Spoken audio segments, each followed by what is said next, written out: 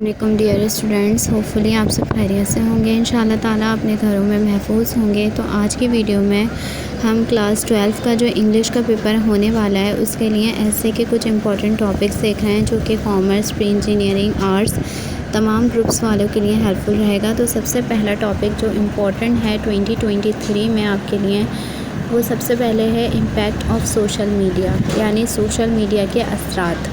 तो आपने social media के असरात के ऊपर एक ऐसे प्रिपेयर करना है कि सोशल मीडिया किस तरह इम्पैक्ट कर रहा है लोगों को, यंग जनरेशन को। एंड इसी का स्लैश डाल के दूसरा नाम लिखा हुआ है solution to social media addiction, यानी सोशल मीडिया की जो एडिक्शन यानी आदत हो जाती है तो वो किस तरीके से ख़त्म की जा सकती है या उसका सॉल्यूशन क्या है। तो इस टॉपिक के ऊपर आपने एक ऐसे प्रिपेयर करना है जो कि आपके सोशल मीडिया से रिलेटेड हर टॉपिक को कवर करे। सोशल मीडिया एडिक्शन आ जाए या इम्पैक्ट ऑफ सोशल मीडिया आ जाए, दोनों टॉपिक्स को कवर करे। सेकंड है आपके पास इन्फ्लेशन, यानी प्राइस हाइक, महंगाई। तो इस टॉपिक के ऊपर आपने एक ऐसे प्रिपेयर करना है जिसमें आपने क्या क्या टॉपिक्स आप कवर कर सकते हैं। सबसे फर्स्ट पैराग्राफ में आप बता सकते हैं that what is inflation, inflation क्या है, कॉजेस ऑफ इन्फ्लेशन की क्या वजूहात होती हैं इन्फ्लेशन की, एंड इम्पैक्ट ऑफ इन्फ्लेशन बता सकते हैं कि क्या किस तरीके से असर करता है इन्फ्लेशन और गवर्नमेंट क्या स्टेप्स ले सकती है उन्हें इन्फ्लेशन कम करने के लिए। इस तरह करके आपने इस टॉपिक पे भी एक बहुत बेहतरीन ऐसे प्रिपेयर करना है। ये दोनों जो टॉपिक हैं वो मोस्ट इम्पॉर्टेंट है सेकेंड ईयर के लिए, impact of social media and inflation. और जो आपके पहले बोर्ड के पेपर थे, आपको पता है तमाम स्टूडेंट को कि इस बार ग्रेडिंग सिस्टम चेंज हो गया है। तो अगर आप अपने पास से भी लिख रहे हैं तो फिर आपकी वोकैबलरी, आपकी ग्रामर और आपकी वर्ड्स की चूज़ आपके कौन से वर्ड्स चूज़ कर रहे हैं, किस वर्ड्स की सिलेक्शन, सब कुछ देखकर आपको मार्क्स दिए जाएंगे एग्ज़ाम्स में।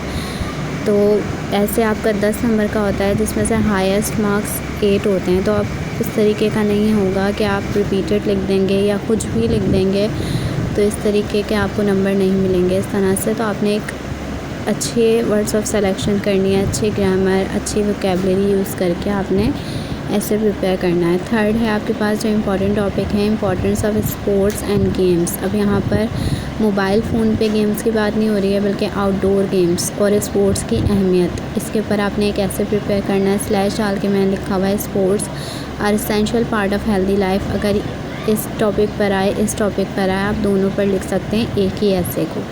इसके बाद जो हमारे पास चौथा एंड मोस्ट इम्पॉर्टेंट टॉपिक है वो है इंटरनेट। तो इंटरनेट्स के बारे में आपसे डिफरेंट तरीके से पूछा जा सकता है। ऐसे में एडवांटेजेस ऑफ इंटरनेट पूछ लें, डिसएडवांटेजेस ऑफ इंटरनेट पूछ लें, या इस तरह से आ जाए ऐसे कि इंटरनेट सेवर और वेस्टर ऑफ टाइम, यानी इंटरनेट जो है वो टाइम सेवर है या फिर वेस्टेज ऑफ टाइम है। तो इसको आप डिस्कस करें ऐसे में।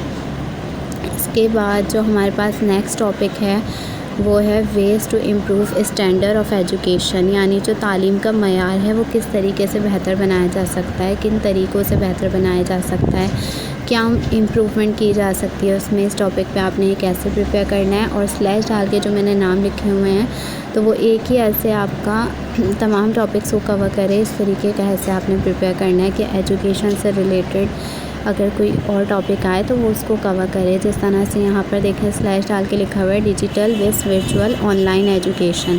तो ये एक आर्ग्यूमेंट ऐसे होता है कि ऑनलाइन एजुकेशन और डिजिटल एजुकेशन के बारे में आपने कंपैरिजन करना है दोनों टॉपिक्स से रिलेटेड। फिर उसके बाद है आपके पास प्रॉब्लम्स ऑफ कराची सिटी। अब प्रॉब्लम्स ऑफ कराची सिटी आ जाए या प्रॉब्लम्स ऑफ बिग सिटी आ जाए तो इस टॉपिक पे भी आपने एक अच्छा सा ऐसे प्रिपेयर करना है जिसमें आपने क्या क्या कवर कर लेना है। ट्रैफिक जैम को भी कवर कर लेना है, क्योंकि अगर इस तरीके से आ जाए कि ट्रैफिक जैम इन कराची, तो जो आपने प्रॉब्लम्स ऑफ कराची सिटी याद किया हो उसी को आप इस पर लिख सकें।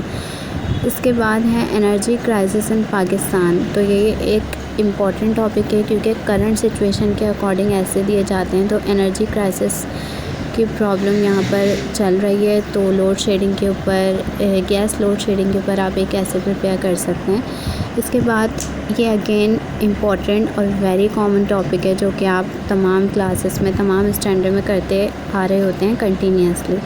माई एम इन लाइफ या फिर माई एम्बिशन इन लाइफ या the profession I like most, एक ही ऐसे को आप इन तमाम टॉपिक्स पर लिख सकते हैं। तो इसमें आपने सेकेंड ईयर के जो स्टूडेंट्स होते हैं तो एग्ज़ामिनर आपको आपकी सिचुएशन के अकॉर्डिंग ऐसे का टॉपिक दिया जाता है बोर्ड के पेपर में। तो अब सेकेंड ईयर के बाद जो स्टूडेंट्स हैं उनका क्या एम है, इस तरह से आपको ये ऐसे आ सकता है।